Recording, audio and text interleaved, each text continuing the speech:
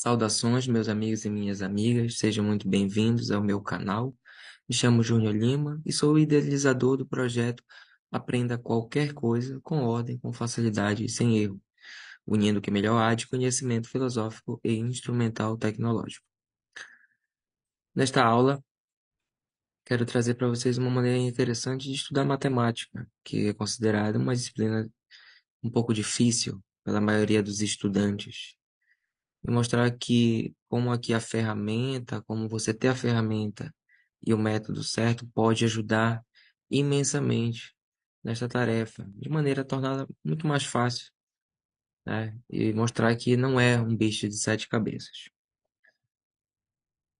Então, vamos iniciar aqui com um exemplo na própria teoria dos conjuntos, tá? Então, vou trazer aqui esse exemplo porque é um tema para dar um pontapé inicial em alguns vídeos que eu irei tratar a questão da matemática, tá? Justamente porque o ensino brasileiro ele peca bastante nessa parte.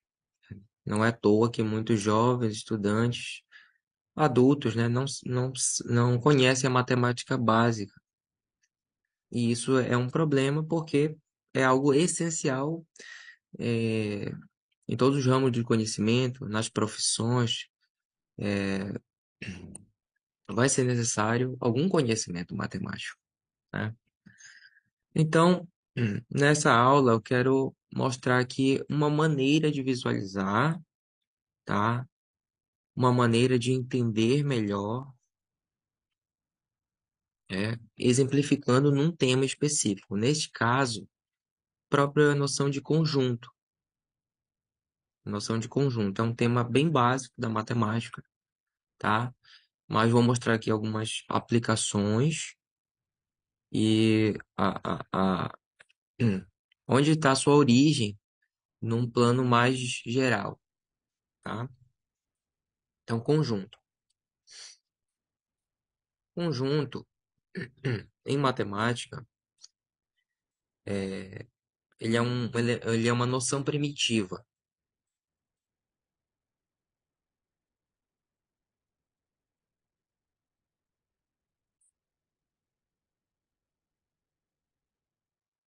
Então, em matemática, uma noção primitiva significa que ela não tem, não é datada de definição, só é aceita, né? Porque no seu sentido comum é da mesma maneira, o seu significado utilizado em matemática é da mesma maneira com que usamos no nosso dia a dia, uma reunião de coisas, né? Um conjunto de elementos, conjunto de pessoas, né? Reunião de coisas de mesma espécie, da mesma essência, né? E num conjunto temos o elemento, que é aquilo que pertence ou não no conjunto, e o entre elemento e conjunto temos a própria relação de pertinência, né? O elemento pertence ao conjunto tal, vamos supor, vamos dizer assim, né? Por que que aqui está sujeito, aqui está termo e aqui está fundamento? Porque eu quero deixar claro que isso aqui é uma relação que nos remonta a uma categoria de Aristóteles. Uma das 10 categorias, que é a categoria da relação, tá? É a categoria da relação, que eu já tratei aqui numa aula anterior, as 10 categorias de Aristóteles, tá? Que é a relação, tá aqui categoria, relação, e aqui os exemplos, tá? Os exemplos, e o próprio exemplo de pertinência, tá? Olha, um exemplo da paternidade, o sujeito pai, o termo filho, fundamento da geração do filho pelo pai.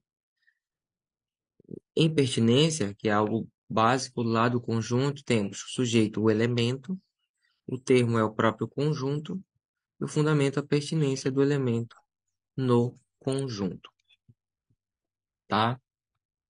Só para mostrar como todas as disciplinas vão ser iluminadas justamente por estas noções filosóficas, que também são científicas. Filosofia e ciência, na verdade, são sinônimos, dizem do mesmo. Em uma aula posterior, eu irei tratar isso. Não são coisas distintas, não, como se quer no mundo moderno, tá? Então, veja, então parte-se destas noções. Então, qualquer tema, quando você for estudar, quando você for aprimorar, você começa sempre desses temas mais básicos, organiza-os, por exemplo, na nota, aqui na parte do conteúdo, né? E o tema que for interessante, linkar, você deixa linkado aqui, ó. Eu posso, pertinência, é um tema, é um nome que eu posso ter uma eventual dificuldade. Então, eu vou pegar, vou clicar aqui e vou lá, vou diretamente lá para verificar do que se trata, o que é, né? E, e relembrar para que esta noção ilumine meu entendimento de uma maneira muito melhor do assunto principal que eu estou tratando, conjunto, tá? Noções primitivas, nomenclatura, eu preciso de nomenclatura, eu preciso de dar nome às coisas para me poder entendê-las, tá?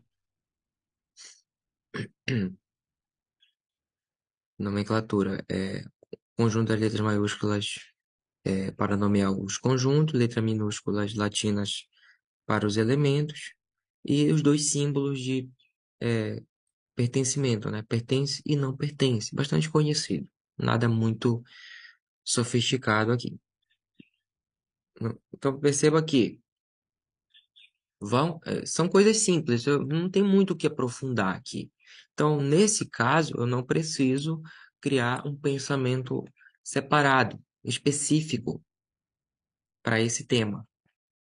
Por quê? Porque são simples, eles não tem muitas ramificações a se fazer, tá? Justamente por serem temas bastante gerais, genéricos, primitivos, tá? Aí, à medida que for ficando mais complexo, aí sim eu vou pegar e vou criar ramificações como tem aqui. Representação é representada por uma linha fechada e não entrelaçada. É o diagrama de Euler-Werner, né? Muito bem. Outro ponto interessante aqui é que quando estamos lendo o livro, principalmente o PDF, temos a possibilidade de adicionar aqui o, as descrições, é, as definições que nós queremos. Então, aqui no próprio conteúdo, como anexo, tá? Então, aqui tem exemplos de descrição por propriedade de conjuntos. Aqui o diagrama utilizado, como é habitual, representar conjuntos, tá? E aqui vai tratar alguns conjuntos específicos, conjuntos iguais. Aqui tem mais exemplos, ó. E ou seja, a ideia não é pegar o todo, certo? A ideia é pegar aquilo que for mais interessante guardar para posterior revisão. Então perceba que aqui eu tenho uma facilidade muito grande de revisar aquilo que eu considero importante.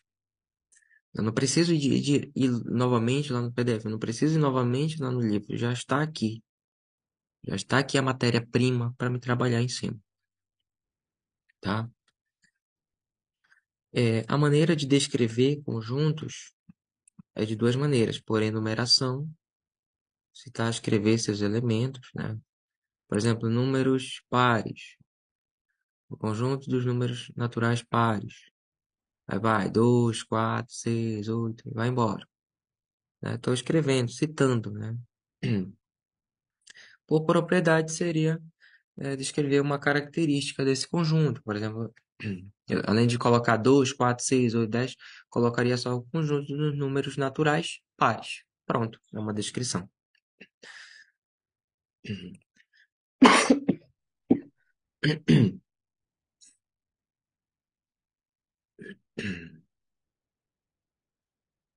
Desculpe. Então ficaria assim. Aqui, em termos matemáticos, se escreve A é igual a X, tal que X tem a propriedade P, né? Em símbolos matemáticos. Então, de novo, não tenham medo, a uma primeira vista, de uma certa incompreensão dos símbolos matemáticos. Porque os símbolos, eles refletem um significado.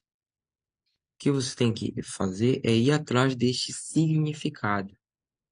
Está sendo expresso em símbolo e verbalizar, descrever em palavras, pois a nossa maneira de entender, de compreender qualquer coisa é através de palavras, tá? X tal que. Olha, por exemplo, esse símbolozinho aqui é tal que. Ou seja, ele se refere aqui, que ele vai dizer uma propriedade deste X, deste elemento, tá? Ele vai especificar, só que de uma maneira simbólica. Porque, veja, como na matemática se exige bastante, tem bastante exercícios, essas coisas, ficaria demasiado cansativo, muitas vezes escrever extensamente tudo isso. Então, cria-se esses símbolos para facilitar, diminuir um pouco esse trabalho de ter que escrever muito, senão ficaria muito extenso determinadas construções, tá? E aqui uma observaçãozinha. Muito bem, continuamos. Um conjunto pode ser elemento de outro conjunto, certo? Uma observação. Então, nós vemos as noções primitivas, a nomenclatura, a representação, descrição, observações, tá? Ou seja, então a gente já tem um panorama geral para trabalhar com os conjuntos, tá certo? Já tem um panorama geral. Agora a gente vai entrar nas partes integrais, começando, evidentemente, do mais fácil para o mais difícil. O método científico por excelência é isso, sempre começar do mais fácil. Um problema está difícil, veja algo mais fácil, algo mais simples que você consegue reter, que você consegue memorizar e entender, né? Por exemplo, o aluno vai lá ter um exercício de diferença de conjunto, mas ele não sabe nem a igualdade de conjuntos. Ele não sabe nem como representar um conjunto. Então, retroceda um passo, né? Retroceda um passo que esse passo, na matemática é assim. Ela precisa ter muito bem alicerçado as bases para se avançar nos tópicos posteriores, tá? É,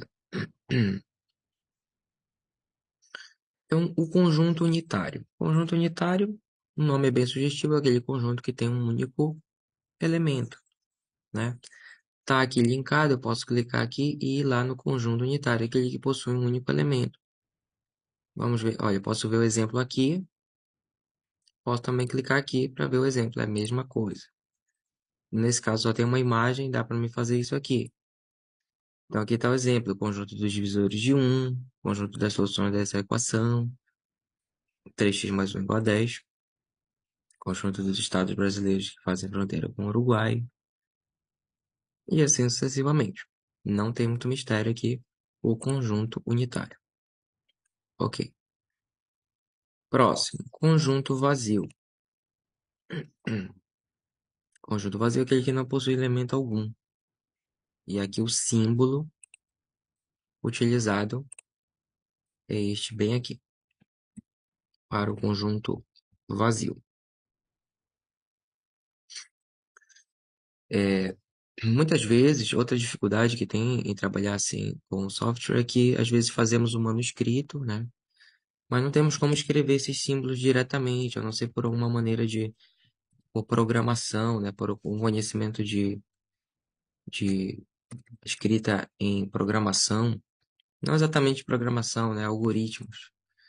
Você pode escrever no caderno, bater a foto e adicionar aqui ao software. Tá? Então ele fica linkado aqui e para posterior revisão. Ou seja, nós não deixamos de lado totalmente o uso do manuscrito, mas nós utilizamos e guardamos em um local que sabemos exatamente onde encontrar, como encontrar, sempre que precisarmos. Então, sempre que eu precisar saber algo, revisar algo sobre conjunto, basta escrever conjunto e aqui vai estar o que eu preciso.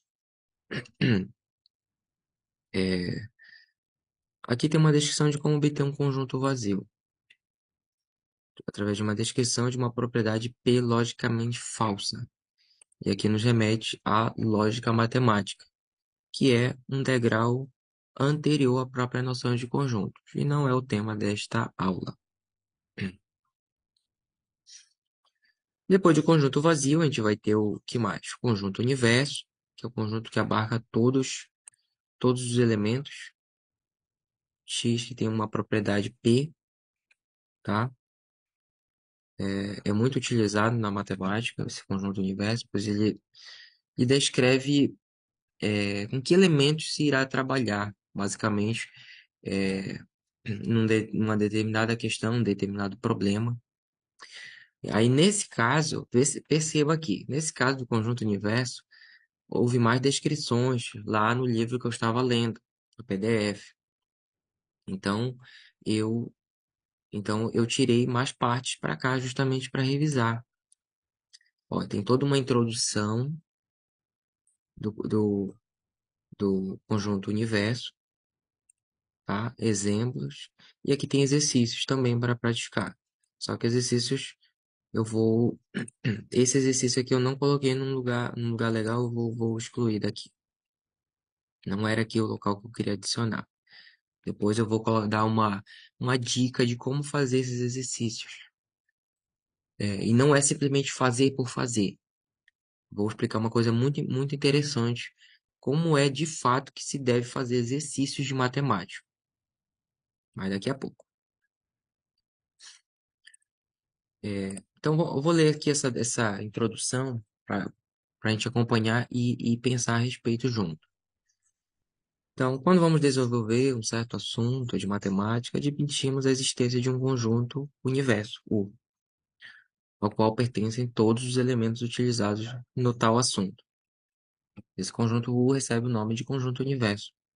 Assim, se procurarmos as soluções reais de uma equação, nosso conjunto universo é os reais, conjunto de números reais. Estamos resolvendo um problema cuja solução vai ser um número inteiro, nosso conjunto universo é os inteiros. Se estamos resolvendo um problema de geometria plana, nosso conjunto universo é um certo plano alfa. Quase sempre a resposta para algumas questões depende do universo em que estamos trabalhando. Consideremos a questão: qual é o conjunto dos pontos P que ficam a igual distância de dois pontos dados, A e B, sendo A diferente de B? Perceba que é um tema interessante, né? Na próxima página, quando eu passar, a gente vai ver que há três possibilidades, a depender justamente desse conjunto universo a ser trabalhado. Ó, se U for uma reta,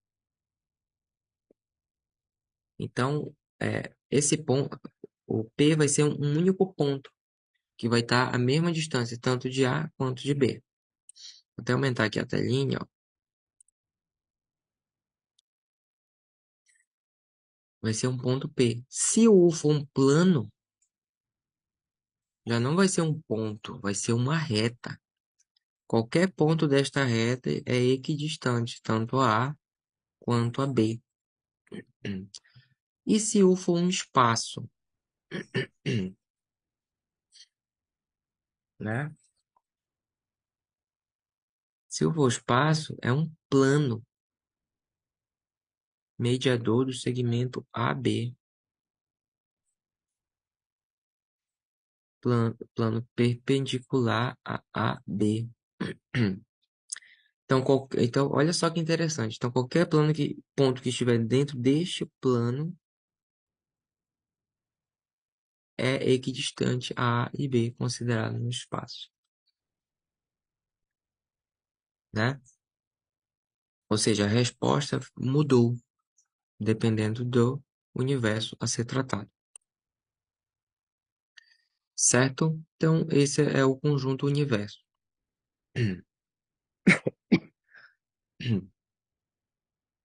Próximo ponto. Os conjuntos iguais.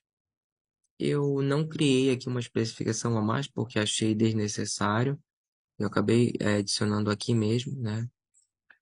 Eu acho que não tem muita dificuldade para entender um conjunto igual ao outro se tiverem os mesmos elementos. Se um conjunto, o elemento de pertence a A e pertence a B ao mesmo tempo, todos os elementos, né? Tá aqui, ó. A igual a B é equivalente dizer que para todo x pertence a A, equivale dizer que x pertence a B. Então, perceba novamente aqui símbolos. Esses símbolos eles são tratados lá em lógica matemática. Tá? Símbolo de equivalência, igualdade a gente já conhece. Esse símbolo significa para todo. Para todo.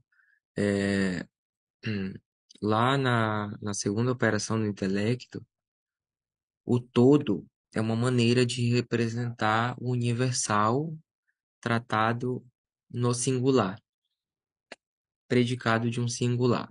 Tá? Universal, singular, predicado, são temas que serão vistos também mais à frente, mas eu quero dar fazer esta, esta seta, colocar esta seta aqui que é importante, né? Mostrar que praticamente todas as noções que nos deparamos em qualquer ciência vai nos remeter, de algum modo, às noções essenciais dadas pela filosofia. Não é à toa que a metafísica é a rainha das ciências, como já disse em aulas passadas. Gosto de frisar bastante esses pontos. Muito bem, então prossigamos nas nossas partes integrais. Perceba aqui outra coisa interessante que eu não tinha comentado, são partes integrais, tá? Ou seja, não são tratados específicos, tudo faz parte da teoria dos conjuntos, tá? Hum. É diferente, por exemplo, na física geral. A física geral, aristotélico-tomista, ela tem partes subjetivas, em que cada parte dela vai ser uma ciência em particular, uma ciência específica. A biologia, a química, a psicologia. Isso daí já são temas mais avançados, mas eu gostaria de também de fazer este comentário. Então vamos lá. Subconjunto. Vamos ver os subconjuntos. Então perceba que aqui eu só coloquei a descrição matemática já com os símbolos de contido. A está contido em B, B contém A, etc., né? Mas eu coloquei aqui a definição, como nós já sabemos, a importância de sabermos o que é, tá? Observação: conjunto é uma noção primitiva. Eu não coloquei aqui a definição dele por ser algo quase que corriqueiro, né? Reunião, conjunto é o sinônimo de reunião, de junção, tá? No sentido muito já conhecido da maioria das pessoas. Então, eu não preciso Eu poderia colocar aqui, mas não há necessidade neste caso. Agora, o subconjuntos é algo um pouco mais novo, não tão comum para a maioria das pessoas. Então é legal termos uma definição. Então guardo aqui a definição comigo, tá? Então, vamos ler aqui como estava no livro e eu vou comentar um pouco a respeito. Então ele começa assim: subconjunto A, um subconjunto A é subconjunto de B, se somente C, todo elemento de A pertence também a B. Com a notação A está contido em B. Esse símbolo aqui significa está contido em B, ou indica que A é subconjunto de B. A é parte de B, tá? É interessante porque a própria noção de conjunto também nos remete às noções de todo e parte, que são noções primeiras do intelecto especulativo. Uma das primeiras noções que nós não podemos demonstrar que o todo é maior que a parte, por exemplo, né? É uma noção primeira. Então, basicamente, um subconjunto é um conjunto que está dentro de outro. Pronto, né? Um conjunto que é parte de outro conjunto, para definir em termos mais simples, tá? Um conjunto que está contido em outro. O que é um subconjunto? É um conjunto A que está contido no conjunto B. Conjuntos A, então, ou seja, o que eu quero dizer? Que é, essa complexidade aqui que nós vemos também no livro de matemática, infelizmente se dá porque eles começam de uma maneira difícil, já explicando normalmente. Eles começam descrevendo, eles começam descrevendo uma coisa antes de dizer o que é. Isso é um problema, porque como nós vemos lá na lógica, a primeira pergunta que deve ser respondida é o que é o conceito, a definição. Então, antes de fazer essa descrição, um conjunto A é subconjunto de conjunto B, C, somente C. O certo seria falar, basicamente, começar aqui, olha, um subconjunto é um conjunto que está dentro de outro conjunto. Pronto. Este pontapé inicial já ilumina o nosso intelecto para entender depois a descrição, entender as propriedades, entender os exemplos. Seria muito mais fácil, assim, né? É, por exemplo, lá na universidade, na graduação, tem uma disciplina chamada análise, análise real, né? Então começa-se lá com noções de corpo, corpo ordenado, é, pega lá os números reais e faz-se uma complicação para dizer que um corpo é um conjunto de operações matemáticas. Nesse caso lá tratado é o conjunto das operações de adição e multiplicação, tá? E depois é feito as observações, evidentemente. Não é só isso, mas é o início que deveria ser dito. Um conjunto de operações. A gente não está vendo aqui conjuntos? Pois é, aquilo lá é um conjunto de operações. Aí vem a noção depois de corpo ordenado. Aí lá faz toda uma descrição, complica para dizer que um corpo ordenado nada mais é do que um conjunto de operações ordenado a um conjunto numérico. Por exemplo, o conjunto dos números racionais, conjunto dos números reais, né? Ou seja, seria as operações de adição e multiplicação aplicadas aos conjuntos de números racionais, por exemplo, né? Então, é uma dificuldade que aqui o estudante vai ter que. É justamente por isso que eu estou aqui, para ajudar neste passo, né? Que os livros eles são débeis nesse ponto, eles falham quanto ao essencial.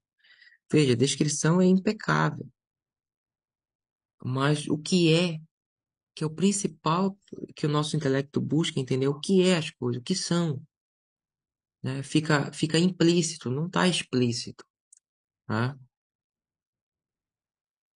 Então fica essa observação importante, tá? Então, entendido o que é um subconjunto e tudo mais. Aqui está em símbolos, A está contido em B, equivale a dizer que para todo x, x pertence a A. Se x pertence a A, implica que x pertence a B.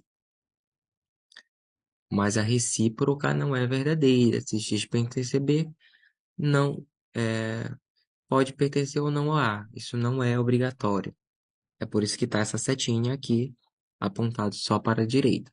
Se chama implicação lógica.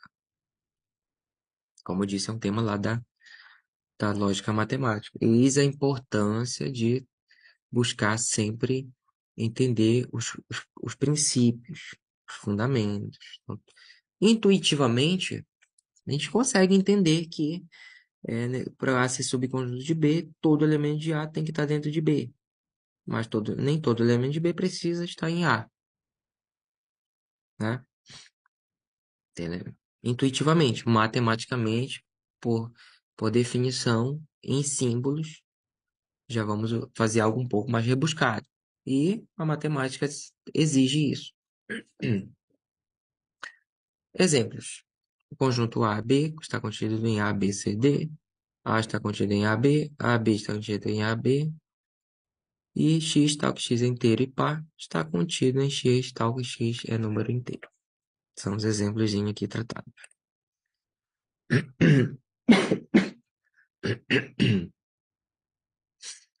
Definição de subconjuntos.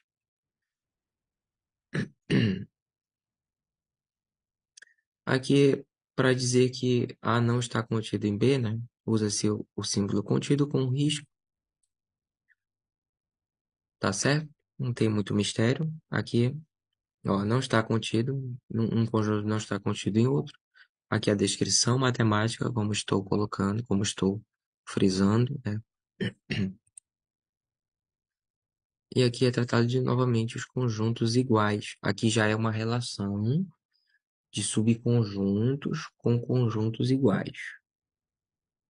Então perceba, se eu tivesse tratado conjuntos iguais aqui com uma ramificação específica de conjunto, seria interessante eu conectar aqui por salto com esse conjunto iguais. Mas eu não fiz isso, porque conjuntos iguais tá lá no pensamento conjunto lá, na parte de anexo, como nós vimos anteriormente. Então, achei que não era necessário. Aqui quer dizer basicamente que um conjunto é igual ao outro, se equivale a dizer que um está contido no outro, ou que um é subconjunto de outro. A igual a B, A é subconjunto de B e B é subconjunto de A. Basicamente é isso que ele traz esta definição aqui, tá? Ó, aqui em símbolos, né? Em símbolos, conjuntos iguais. Aqui as propriedades da inclusão. Então veja, o fato de um conjunto estar contido em outro gera propriedades, tá?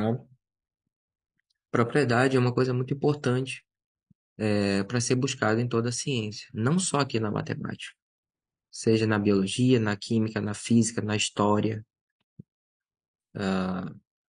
etc. Não interessa. Toda a ciência ela vai buscar causas, as definições, tá?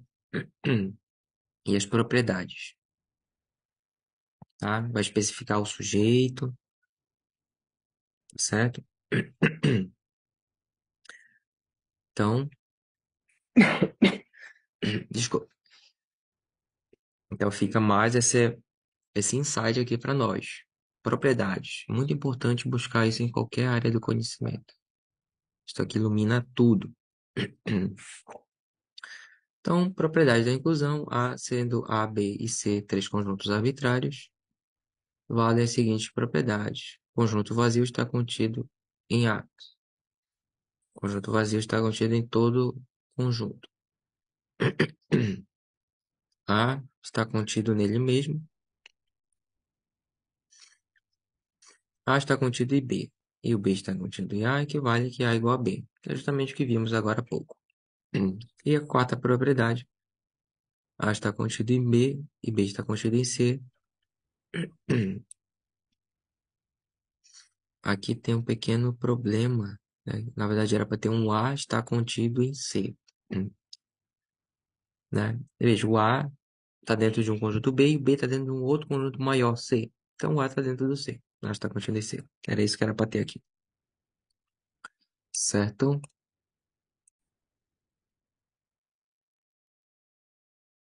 Muito bem. Então, essas são as propriedades da inclusão, tá? É,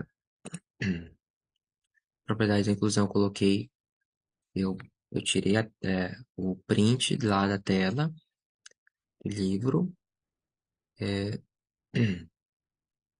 e coloquei aqui também em separado. Coloquei aqui porque é possível colocarmos escrever aqui no The Brain. Agora, para escrever esses termos aqui no The Brain, é só uma observação, né? O que é que você precisa fazer? Você precisa conhecer alguns comandos de LaTeX, se eu não me engano, assim que pronuncia, né? Coloca esses dois símbolos, mais uma vez esse símbolo aqui de dinheiro, né? Aí ele abre esse comando. Aí, após este sinalzinho, esta barra inclinada, por exemplo, se eu quiser colocar uma raiz quadrada, eu tenho que colocar SQRT, que em inglês é square root, raiz quadrada em inglês. Pertence in, né? E tem vários outros é, que é possível escrever. Nesse caso, você tem que ir lá em LaTeX Matemática. Aqui, ó. Tem que ir bem aqui nesse link. Só escrever aqui que é um site lá da Wikibooks. Até colocar aqui, ó. Esse link aqui, em.wikibooks.org. Ou digitar direto lá no Google. LaTeX Mathematics. Eu não sei se tem isso aqui em português, mas não é não é o mais importante. Aí aqui embaixo vai ter os comandos de símbolos utilizados para aqueles que desejam escrever esses símbolos direto no conteúdo do software. Não é obrigatório, tá? Isso aqui é só mesmo, ó, são vários símbolos, né? Menor, menor igual, contido, contém, símbolos usados na teoria dos conjuntos, símbolos em lógica, tá? Então é aqui que a gente pega aqui esses símbolos para aplicar lá, basicamente. Muito bem. E aqui das partes. Então, olha só que interessante. Lá no livro, veja, o livro, ele tem uma vantagem enorme de ter informação, né? Ele, hum, porque a escrita é a nossa melhor maneira de passar nossas ideias para outros distantes no tempo e no espaço. É através da escrita. Agora, do ponto de vista de aprendizagem, é, ele não é tão eficiente, porque eu tenho que estar folheando de um lado para o outro o livro para estar revendo conceitos e indo. Por mais que isso não seja nada muito demorado, né? Mas tem as suas limitações materiais, como é natural. Tem as suas vantagens, evidentemente. O livro, ele não pode ser descartado de forma alguma. Isto aqui, tudo isso que ensino aqui é para agregar, tá? A questão dos livros, não é para substituir de forma alguma. Mas aqui o software, ele vai permitir que eu associe da maneira que eu entenda que seja mais lógico para mim aprender, para mim memorizar, tá? Então, veja, eu estava tratando aqui os subconjuntos, aí veio a gente vai ver agora o conjunto das partes. Então, eu resolvi colocar como uma parte, em continuação, os subconjuntos. Conjunto das partes. Eu poderia linkar direto aqui em conjunto também, né? Eu poderia fazer isso, sem problema nenhum. Eu achei mais interessante linkar, conectar aqui. Então, vamos ver o que se trata do conjunto das partes. Dado o conjunto A, chama-se conjunto das partes da notação, aquele que é formado por todos os subconjuntos de A. Então, veja. De novo, aqui a mesma coisa que eu havia tratado. O certo seria ele começar aqui, claro que muito isso aqui também varia do método de cada um. Uns preferem descrever para depois dar a definição. Eu acho que é mais interessante dizer logo o que é. Depois faz-se a descrição e repete-se a definição. Então, por exemplo, eu começaria aqui dizendo que é um conjunto, a parte de A é aquele que é formado por todos os subconjuntos de A. Aí depois eu daria aqui uma descrição mais formal, tudo mais. Mas aqui ficou mais evidente. É aquele que é formado por todos os subconjuntos de A. Ó, parte de A igual a x, tal que x está contido em A. Perceba, esse x maiúsculo. Está lembrado que a letra maiúscula é para representar o conjunto e não o elemento? Exatamente. Outro detalhe importante. O símbolo de pertencimento e não pertencimento é para elemento. Já o símbolo de contido e não contido é para conjunto. Às vezes pode ocorrer esta confusão ao fazer determinados exercícios, tá? Natural para quem está começando. Então a parte de A é igual. Então ele dá o exemplo aqui. O A, conjunto A é igual esse conjunto que só tem um Azinho aqui, um elemento.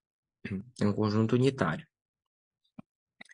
Então os elementos dele vão ser o vazio e o próprio elemento A. Então, quais são essas partes? Vai ser vazio e o elemento A. Cada um deles são um subconjunto em si. Tá certo? Aqui com A, o conjunto A tendo o elemento A e o elemento B. Então, as partes vão ser vazio, A, B e AB. Que são as partes. E assim sucessivamente. Não tem muito mistério. Conjunto das partes, tá? É só um pouco trabalhoso. Às vezes tem algumas questões que pedem para fazer mais coisas, etc. Não há tanta necessidade disso. Agora a gente vai ver aqui, para finalizar, reunião de conjuntos, interseção, a diferença e o complementar. E o complementar eu coloquei como uma parte de diferença, que é, na verdade, reunião, interseção e diferença. Reunião nada mais é do que os elementos que pertencem tanto a um elemento A quanto ao elemento B. Não, pertence ou a um ou a outro, né? Por isso é reunião. Tá aqui a reunião. X pertence a A ou X pertence a B, tá?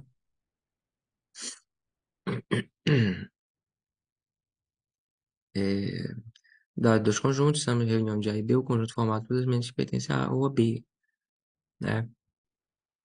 É, tem que ser formado pelos elementos que pertencem a pelo menos um dos conjuntos A e B, tá?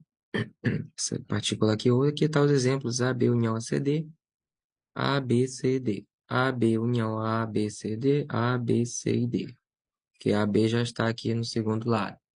E assim sucessivamente, tá?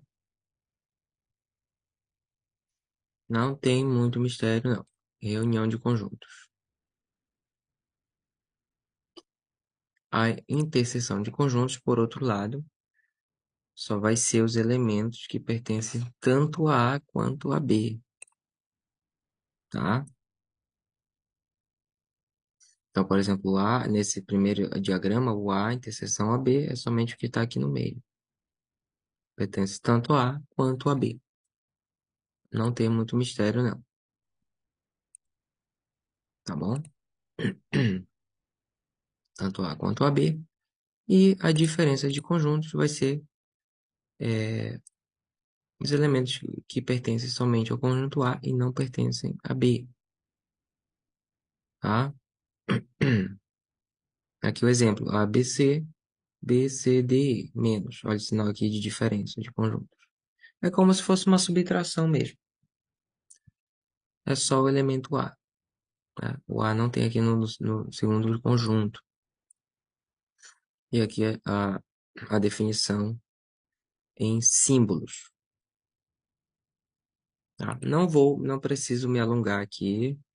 Não é, é só para dar o panorama geral mesmo de como organizar e estudar cada tema, percebendo que os temas eles se conectam, se interligam, tudo bem? No livro tem um complementado conjunto, né? Eu selecionei o complementar como um ramo distinto da diferença, porque na definição do complementar requer a diferença de conjuntos. Olha, complementar de B em A. Então vamos ver. Dados dos conjuntos A e B, tá? Que B está contido em A, tá? Que o B está contido em A. Chama-se complementar de B em relação a o conjunto A menos B. Isto é, o conjunto dos elementos de A que não pertence a B. Então perceba, aqui ele te requer aquela. Então vamos supor aqui que eu estou com dificuldade, não estou me lembrando muito bem do A menos B, diferença de conjuntos.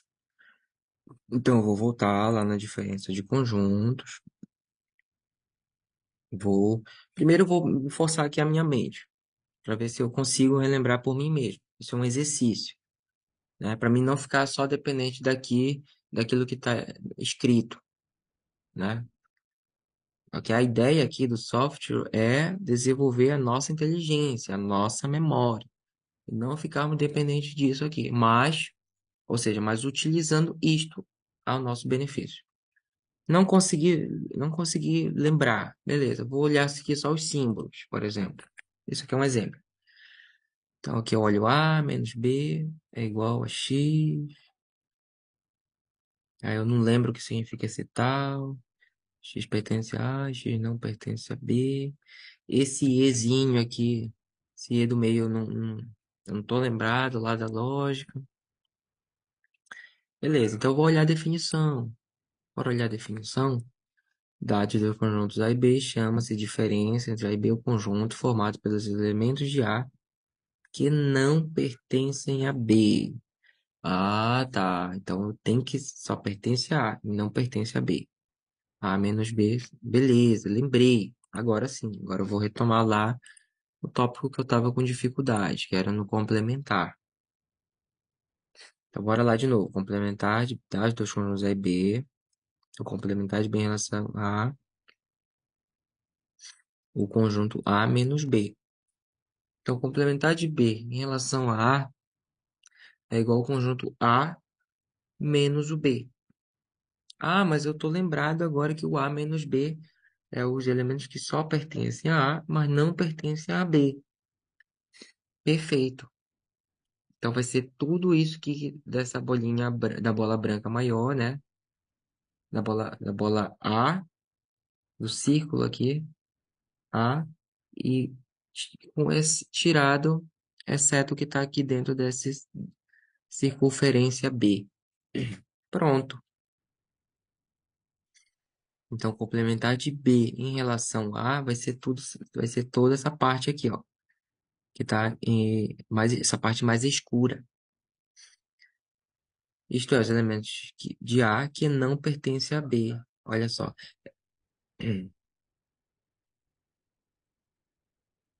Tá? E o complementar só está definido de B em relação a A. Tá aqui o símbolo, tá? Pode usar esse Czão grande, complementar de B em relação a A, ou B com risco acima, se o B está contido dentro de A. B está contido em A, tá bom? Então, de fato, eu lembrei aqui da diferença. Então, complementar de B em relação... Então, ou seja, o complementar de um subconjunto em relação a um conjunto maior que ele faz parte, né? São os elementos desse conjunto maior menos o próprio conjunto B. Essa é uma outra maneira de descrever de uma maneira um pouco mais didática, um pouco mais elucidativa aqui. Que eu acho que aqui é a parte que mais é difícil de entender da maioria dos estudantes. Eu tive um pouco mais de dificuldade também. Eu tive essa dificuldade também de entender o complementar. Ele parece um pouco mais confuso, né? Mas quando tratamos apenas como uma parte da diferença, que ele é como se fosse uma diferença. Mas com a questão é que um conjunto tem que estar dentro do outro. Que na diferença, o primeiro conjunto tem que ser o mais abrangente. Por exemplo, A menos B, o A é o mais abrangente. A gente vai ver a gente vai complementar o conjunto menor que está dentro. Complementar do conjunto menor em relação ao conjunto maior é a mesma coisa que a diferença do conjunto maior menos o conjunto menor, o B. Pronto, acho que fica muito mais simples, muito mais tranquilo trabalhar desta maneira. Então, perceba,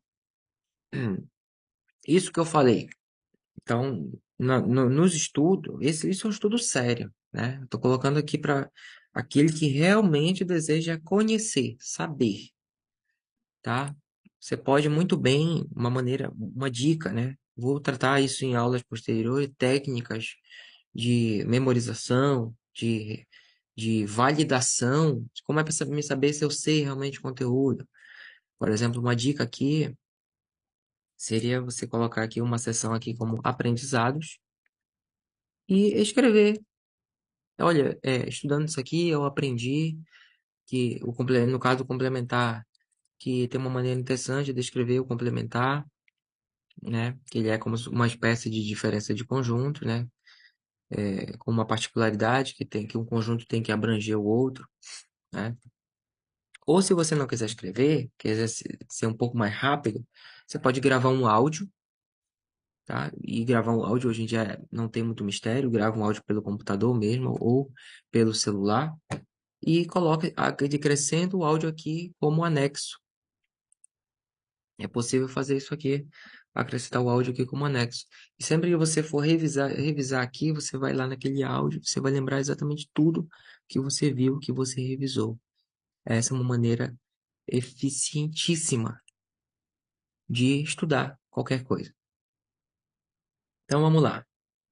Aqui problemas, ou seja, são questões, né, que foram tratadas, são questões lá do livro, né, para resolver com as respostas. Aqui eu coloquei essas questões aqui, mas é, nem todas as questões eu preciso colocar. Eu coloquei essas questões aqui que são as questões interessantes. Que ela vai relacionar círculo, plano, geometria plana. Olha só como eu já vou conectando com outros assuntos, né? São os problemas. E aqui eu coloquei exercícios. Exercícios que é a parte prática aqui para mim é colocar a mão na massa. Matemática tem esse lado de prática. É bom praticar, porque tem muitas coisas, nem tudo está aqui no livro.